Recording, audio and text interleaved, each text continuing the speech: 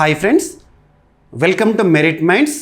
మొదటిసారి మన యూట్యూబ్ ఛానల్ని చూస్తున్న ప్రతి ఒక్క అభ్యర్థి ఇప్పుడే మన ఛానల్ని సబ్స్క్రైబ్ చేయండి.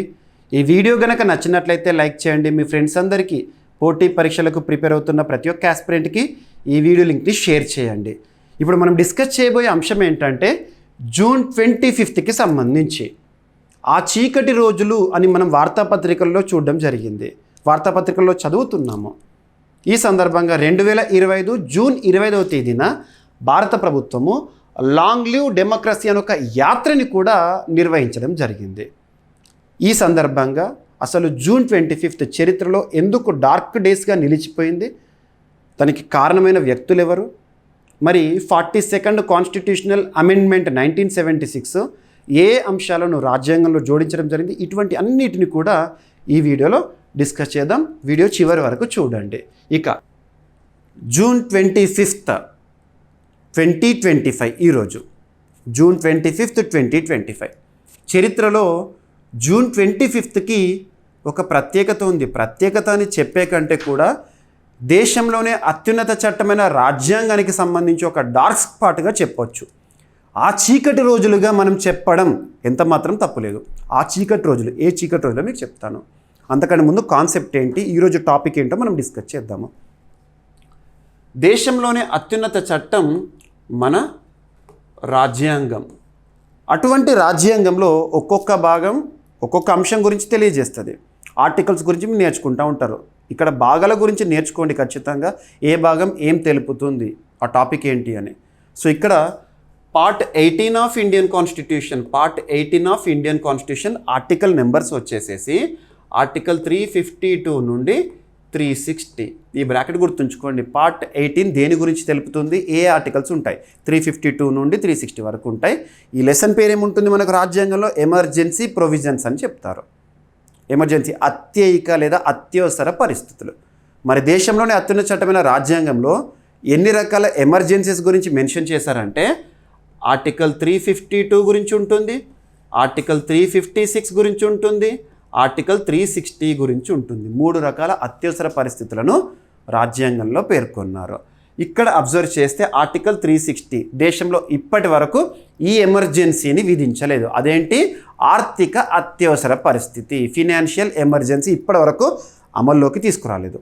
ఇక మిగిలిన 2 ఎమర్జెన్సీలో ఆర్టికల్ 356 100 కంటే ఎక్కువ సార్లు, 100 అనే సంఖ్య తక్కువ, అంతకంటే ఎక్కువ సార్లు విధించారు. అంతెందుకు, రీసెంట్గా 2025 ఫిబ్రవరి 13th సబ్జెక్ట్ కండిషన్, ఆ రోజున ఒక రాష్ట్రంలో ఆర్టికల్ 356ని విధించడం అనేది వార్తల్లోకి వచ్చింది. మణిపూర్, మనం ఆల్రెడీ డిస్కస్ చేసాం మణిపూర్ గురించి.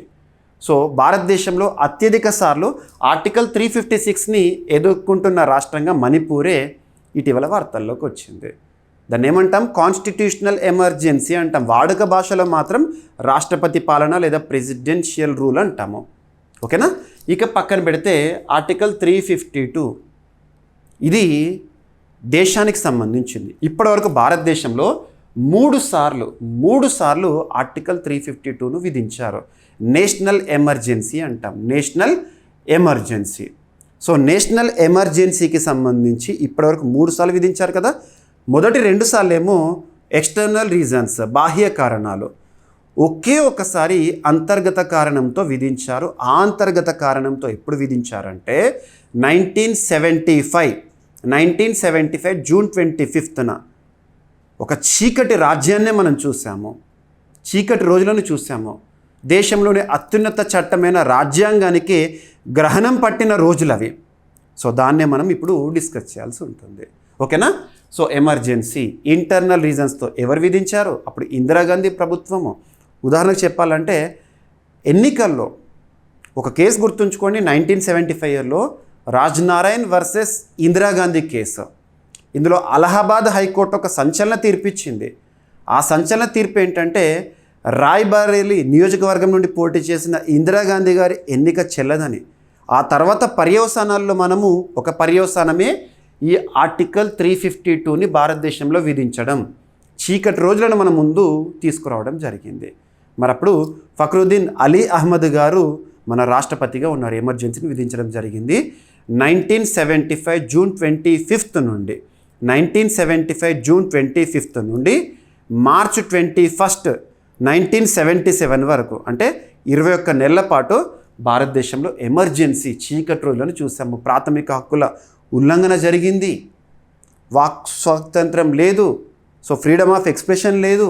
ఇవన్నీ కూడా ఆర్టికల్ 14 పైన, 19 పైన, 22 పైన నిర్బంధము ఆర్టికల్ 359ని ఉపయోగించి. సో ఇవన్నీ కూడా మనం అబ్జర్వ్ చేసిన రోజులు అవి. గొప్ప గొప్ప వ్యక్తులు, మేధావులు వారందరూ జైలు పాలయ్యారు. ఇక ఈ చీకటి రోజుల సమయంలోనే దేశంలోని అత్యున్నత చట్టమైన రాజ్యాంగాన్ని 42వసారి అంటే 42nd కాన్స్టిట్యూషనల్ అమెండ్మెంట్ 1976 ఎమర్జెన్సీ పీరియడ్లో తీసుకొచ్చారు. రాజ్యాంగంలో ఏమేమైతే చేయకూడదో అన్నీ చేసేసారు అప్పుడు. సో అవేంటో కూడా కొన్ని చూద్దాం ఉదాహరణగా, ఓకేనా. అంతకంటే ముందు ఫస్ట్ మనకి మొట్టమొదటిసారి ఆర్టికల్ 352ని ఎప్పుడు విధించారు? ఫస్ట్ ఎప్పుడు అంటే 26 అక్టోబర్ 1962 నుండి 10th జాన్ 1968 వరకు అమల్లో ఉంది, ఓకేనా. అప్పుడు విధించిన వారు సర్వేపల్లి రాధాకృష్ణన్ గారు. సెకండ్ ఇన్స్టాన్స్ ఆర్టికల్ 352ని ఎప్పుడు విధించారంటే 3rd డిసెంబర్ 1971 నుండి 21st మార్చ్ 1977 వరకు. సో వివి గిరి గారు అప్పుడు రాష్ట్రపతిగా ఉన్నారు. ఎందుకంటే ఎమర్జెన్సీ పవర్స్ అనేవి, ప్రొవిజన్స్ అనేవి రాష్ట్రపతికి కల్పించబడిన అధికారము, ఓకేనా.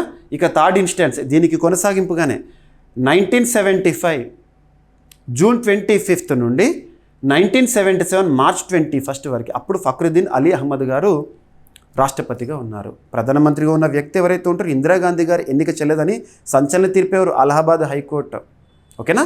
సో అప్పుడు ఇక మరి ఎమర్జెన్సీ టైంలో ఏం జరిగినాయి? ఇక జూన్ 27 1975 రోజున రాజ్యాంగంలోని ఆర్టికల్ 358ని ఆర్టికల్ 359ని ఇన్వోక్ చేశారు, తెర మీకు తీసుకొచ్చారు. దాని ద్వారా ప్రాథమిక హక్కులపైన నిర్బంధాలు లేదా ఆంక్షలు విధించారు. ఉదాహరణకు తీసుకుంటే ఆర్టికల్ 358 ఇన్వోక్ చేస్తే ఏమవుతుంది?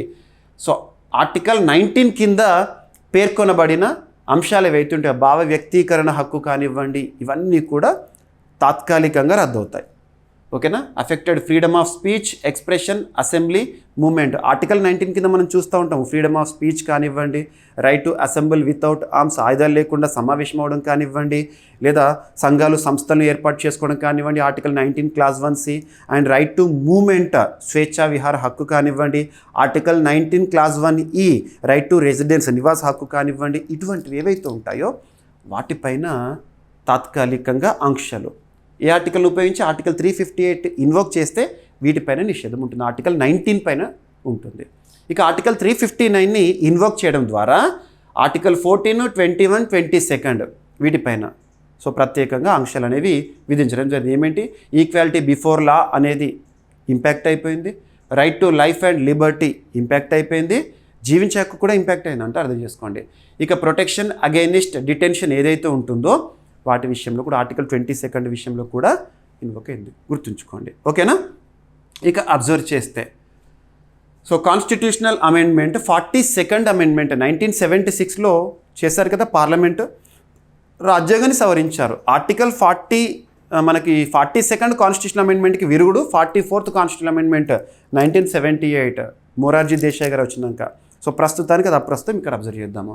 సో 42nd కాన్స్టిట్యూషనల్ అమెండ్మెంట్ 1976 ఏం చేసింది?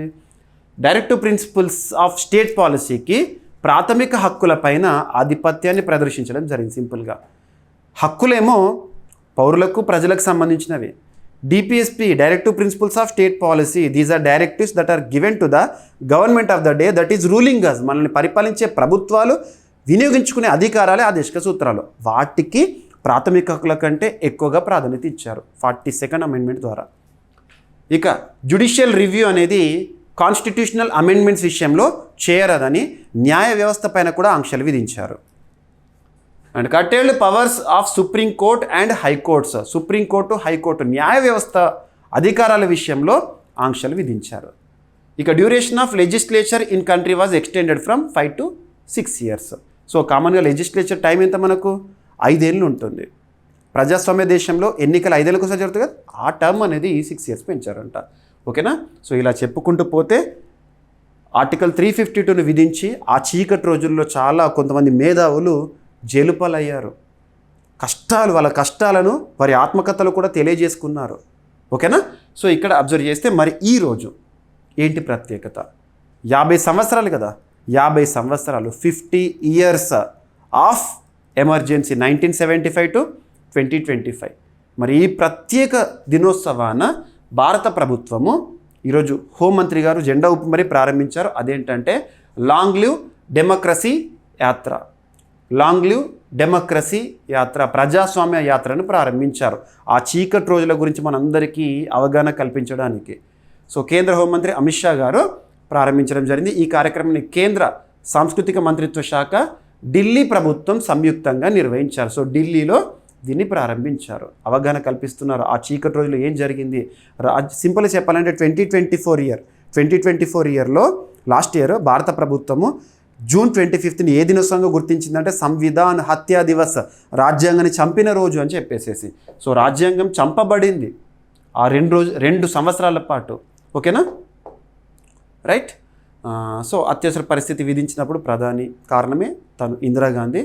సో ఫలితాలు ప్రాథమిక హక్కుల రద్దు, మీడియాపై ఆంక్షలు, ప్రజాస్వామ్య సంస్థలు మౌనంగా మారిపోయినాయి. సో ఈ విధంగా గుర్తుపెట్టుకోండి ఎగ్జామినేషన్లో.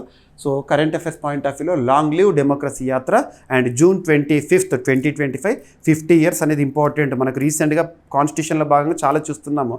కాన్స్టిట్యూషన్ అండ్ పాలిటీలో భాగంగా కాన్స్టిట్యూషన్లో లేనప్పటికీ కూడా పార్లమెంట్లో కీలకంగా వ్యవహరిస్తున్న ఎస్టిమేట్స్ అంచనాల కమిటీ గురించి మనం ఆల్రెడీ డిస్కస్ చేశాము. దానికి 75 ఇయర్స్. ఇటువంటివి చూడండి, మైల్ స్టోన్ ఇయర్స్ దేనికన్నా సంబంధించి వార్తలకు వస్తే అవి ఇంపార్టెంట్. ఓకేనా?